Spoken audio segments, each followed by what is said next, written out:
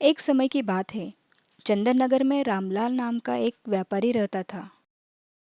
उसका बेटा सुमित बहुत लाड प्यार के कारण आलसी हो गया। कभी उसने काम सीखने का प्रयत्न नहीं किया, बस दिन भर खाता और सोता था। एक दिन व्यापारी की तबीयत खराब हो गई। उसने अपने बेटे को पास बुलाकर कहा, बेटा, मेरी तबीयत ठीक न होने के कारण हमें व्यापार में बहुत बड़ा नुकसान हो रहा है। क्यों न तुम जाकर व्यापार संभालो। लेकिन यह दुकान पर भी सोता रहता। एक दिन रामलाल चल बसा और सारे कारोबार का बोझ सुमित पर आ गया। पर सुमित था कि कुछ भी नहीं करता। उससे व्यापार में बहुत नुकसान हो गया। उसके माँ ने उसे समझाया कि बेटा, आखिर कब तक आलसी रहोगे? कमाने के लिए तुम्हें कुछ काम तो करना ही पड़ेगा। यह सुन सुमित को गुस्सा आया क्या माँ, रोज रोज काम काम की रट लगा रखी है। और वह जंगल की ओर निकल पड़ा।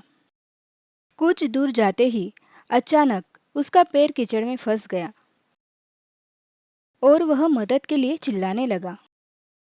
बचाओ बचाओ, अरे कोई है, मैं यहाँ कीचड़ में फंसा जा रहा हूँ। वहाँ जंगल में पशुओं के सिवा कोई नहीं था।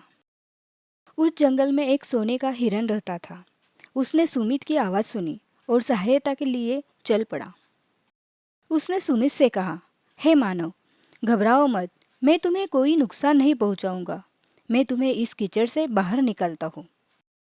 यह सुनकर सुमित चौंक गया, क्योंकि उसने कभी बोलने वाला सोने का हिरन नहीं देखा था। बाहर निकलने के बाद सुमित ने कहा, मुझे बचाने के लिए धन्यवाद। मैं कैसे इस उपकार का बदला चुकाऊं? हिरन ने कहा कि बस यही उपकार करना कि मेरे बारे में किसी को मत बताना, क्योंकि मानव की दुनिया बड़ी लोभी है। तभी सुमित ने उसे कहा मैं वचन देता हूँ कि तुम्हारे बारे में किसी को नहीं बताऊंगा।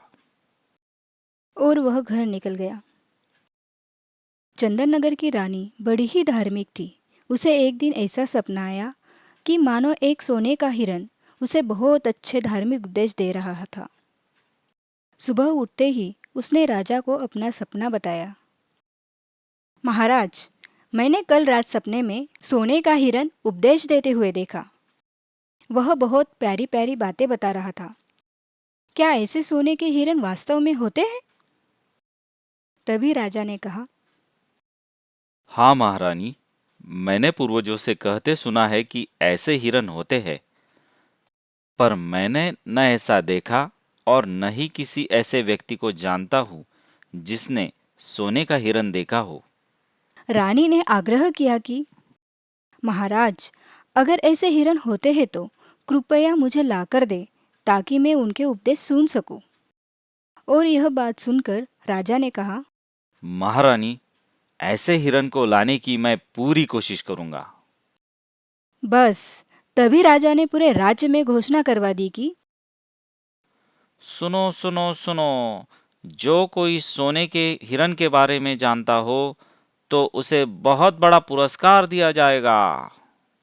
यह बात आलसी और लोभी सुमित ने सुनी और बिना किसी देर के राजा के पास जाकर कहा, महाराज की जय हो। महाराज, मैं उस सोने के हिरन का पता बता सकता हूँ। राजा सुमित के साथ जंगल में गया, जहाँ पर सोने का हिरन था। यह देखकर हिरन दुखी हुआ और महाराज को पूछा, महाराज, आपको मेरा पता किसने बताया? महाराज ने बोलते हिरन को देख चकित रह गए और सुमित की ओर इशारा किया। हिरन ने कहा, महाराज, इसने मेरा पता बताकर वचन तोड़ा है। यह बात सुनते ही राजा ने सुमित को मारने का आदेश दिया। पर तभी हिरन ने रोका और बोला, रुकिए महाराज, मैं इसके मृत्यु का कारण नहीं बनना चाहता। बस पहचान लीजिए, इस पर विश्वास न करना। राजा ने हिरन को विनती की। राजमहल चलकर महारानी को उपदेश दे। हिरन ने कहा, मैं एक शर्त पर चलूंगा कि आप राजमहल के कैद सभी वन्य प्राणियों को जंगल में छोड़ दीजिए।